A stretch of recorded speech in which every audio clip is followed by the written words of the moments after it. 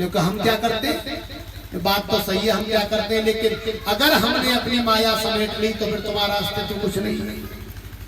लेकिन नहीं प्रभु, तो एक काम करो, तुम अपनी माया दिखाओ, जाओ फलाने नगर में चली जाओ और फिर हम अपनी माया दिखाएंगे। क्योंकि प्रभु पहले तुम ही दिखाओ अपनी माया, और फिर तुम्हारी माया के बीच में मैं माया दिखाऊंगी, फिर मेरी माया देखना। प्रभु ने साधु का रूप लिया, नगर सेठ के यहाँ जाकर बोले, हे नगर सेठ, हम भगवान की कथा तुम्हारे यहाँ कहना चाहते हैं। नगर सेठ ने कहा, अरे भगवान अवश्य कहो, कथा बड़ी सुंदर होने लगी।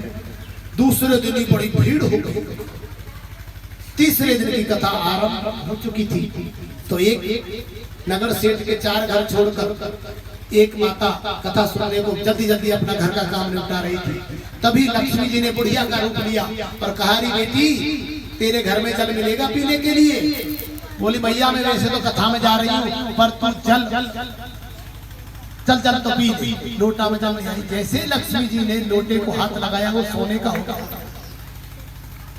स्टील का पीतल का लोटा सोने का हो गया, और जैसे ही वापस किया, पीतल का लोटा सोने का बन जाए, तांबे का, तो बोली, अरे ये तो बुढ़िया कोई चमत्कारी, भूल गई कथा। लेकिन भैया जब तो पी लिया, एक काम कर, तू भोजन भी कर ले।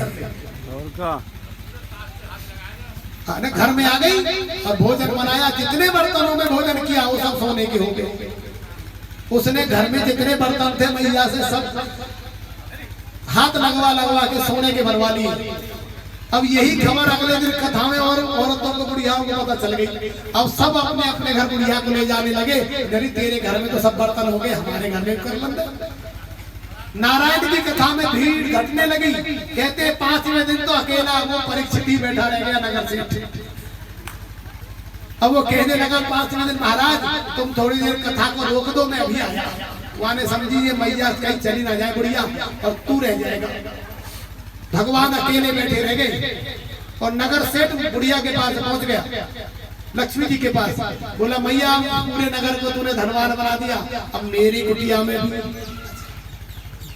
नारायण ने सोचा, ये लक्ष्मी जी ने अपनी माया फेरी है। नारायण वहां से अंतर ध्यान हो गए। 5वें दिन की कथा से, और कथा बीच में बंद होना अपराध है बहुत बड़ा। जब भगवान वहां से चले गए तो भगवान के साथ समस्त रिद्धि सिद्धियां भी चली गई। भाई नगर में पहले नारायण आए और नारायण के साथ रिद्धि सिद्धि आई, और रिद्धि सिद्धि ही भंडार भरती है। लक्ष्मी जी किनको बोलती है? रिद्धि सिद्धि को बोलती है। चलो कल्याण करो। जब भगवान गए तो रिद्धि सिद्धि को भी ले गए।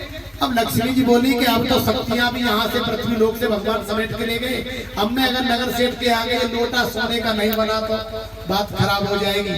लक्ष्मी जी ने कहा, सुनो नगर सेठ, भाई पहले तुम अपनी कथा पूरी कराओ महाराज से, तब मैं तुम्हारे यहाँ प्रसाद पाने आऊंगी। अब नगर सेठ भाग कर आता है, दौड़ कर देखता है तो व्यास पीठ पर कोई नहीं है।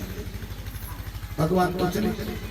अब नगर सेठ वापस लौट के जाता है, उतनी देर में लक्ष्मी जी भी चली जाती है।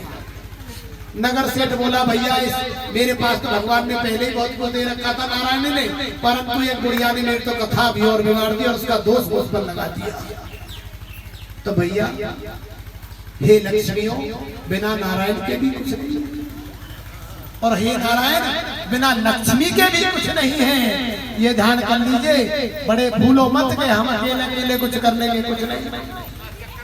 एक दिन घर में अगर